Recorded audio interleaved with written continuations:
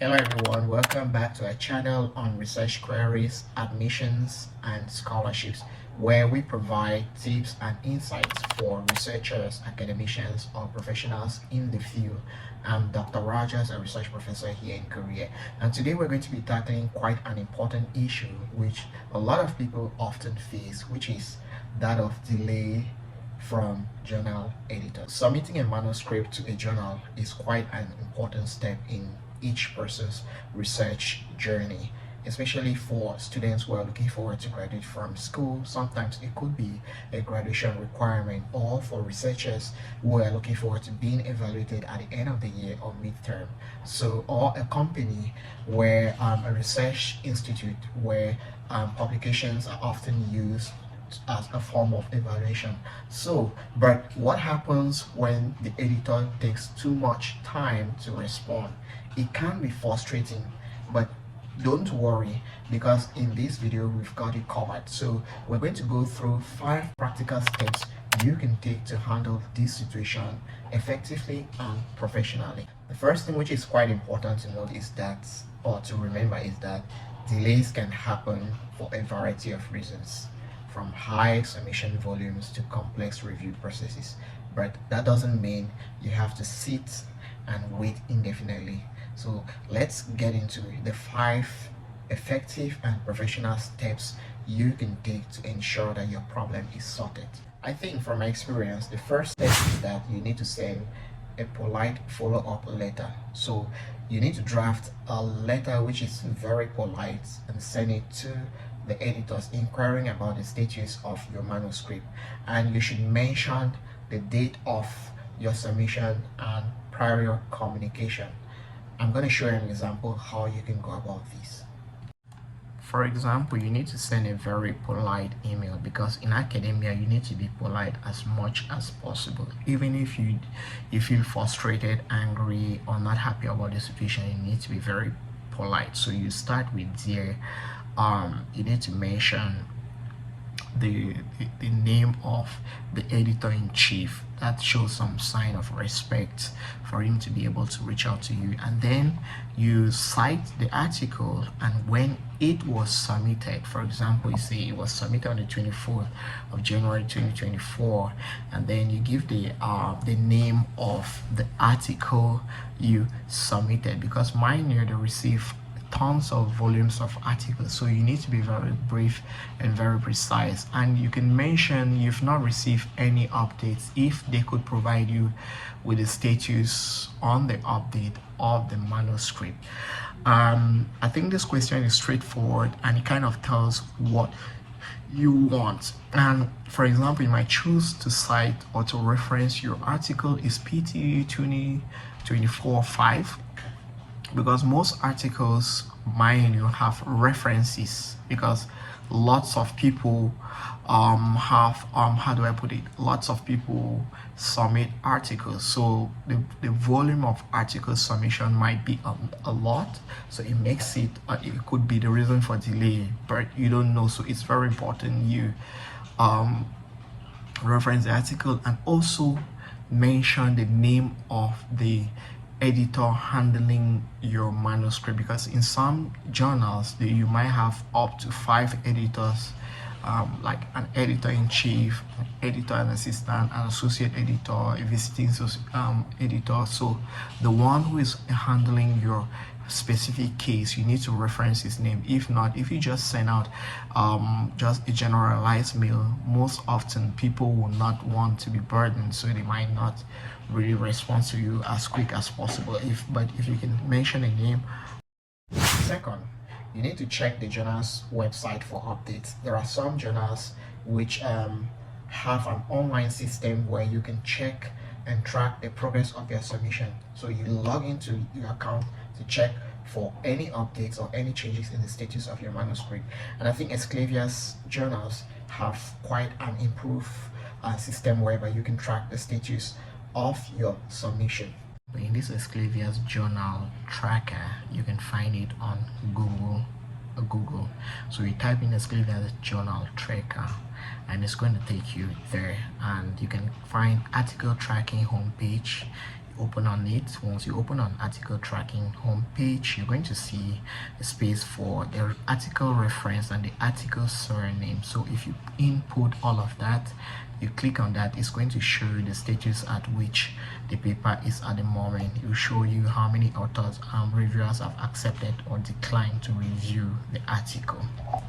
First thing is you need to consult the journal's submission guidelines. So you need to review the journal's guidelines to understand the typical time frame for manuscript review and publication. This can give you the benchmark to assess whether the delay is within the expected range. And added to, for example, if you want to submit your article to the journal Chemosphere, so you're just going to type in the name of the article and you take it to the home page of the article where you're really interested to. In this case, for example, is Esclavia's Journal Finder. So there you can see the average time for the first decision. In this article, it takes 6 days for the editor-in-chief to let you know if they are sending out your article for review process or not, and then from submission to acceptance it will take you 84 days. So after 84 days, if you don't get a feedback, then you can definitely start messaging all those interested. For example, this is also another example from a Springer Journal. For the Springer Journal type, where let's say you reach out to a Springer Journal example platter, most of these journals will show you average time. In this case, from submission to first decision, in most cases is usually 5 days. So average is 5 days. It could be maximum, in this case, for example, 10 days. So all of this detailed information is very important because it's going to guide you to know how fast or how much you can wait in order to get back from the editor-in-chief or the manager. I think it's very important, or it's a credit, it's a skill which each researcher needs to know when choosing a journal to submit in. And I'm going to show you how you can go about selecting journals to publish within a very short period of time. But I think that should be a video for another day. So if you like this content, make sure you subscribe, like and share, and notification bell so that when I drop such video, you'll be the first to be aware of it. So the fourth thing you need to do in order to solve this problem in an effective and a professional way is to contact the editor office.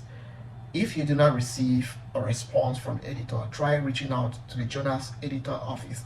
This can often provide additional information or escalate your query to ensure that it gets attention. And the way you can do this is by writing a professional letter or a formal letter, which I'm going to show you here. So this is how you go about it. The fifth thing you can do in order to handle this problem effectively is to consider alternative actions. So if the delay is prolonged or you do not have any satisfactory feedback, you might consider withdrawing your manuscript and submitting to another journal. But first, you should ensure you follow the journal's procedures for withdrawal to avoid any ethical issues. Because mind you, when you're submitting a manuscript to one journal, you cannot submit to other journals at the same time. It's going to appear like as a form of plagiarism, or it will come across as being unethical and not honest. And a lot of journals will reject your paper, or you might end up receiving some sanctions which you will not really like. So follow the procedures that are needed or required by the journal in order to withdraw your manuscript. And for you to do that, you need to draft a letter, which I'm going to show you how you can go about it. So this is how. So in writing the if you want to write a letter to the editor requesting that you want to withdraw your article, you're going to start with dear editor. You need to put in his name, and most of the time they're usually professors, dear professor E whatsoever name. For example, in this case I'm going to use dear Professor Sampson. So you use that. First of all, you salute him. I hope this mail finds you well, and then you state your reason. And your reason could, or a simple reason could be that due to lack of delay or lack of communication regarding the manuscript, you need to cite the manuscript name and the title reference number, because mind you, you're not the only person reaching out to them. So if you cite that, and then they'll probably respond to you So for example, in this case I use Prof Samson. So and I have to cite the article. In my case, this is just an example, PT 2024. That's the reference number for, let's say, an article for soils and plants. Let's say that's the title to my article.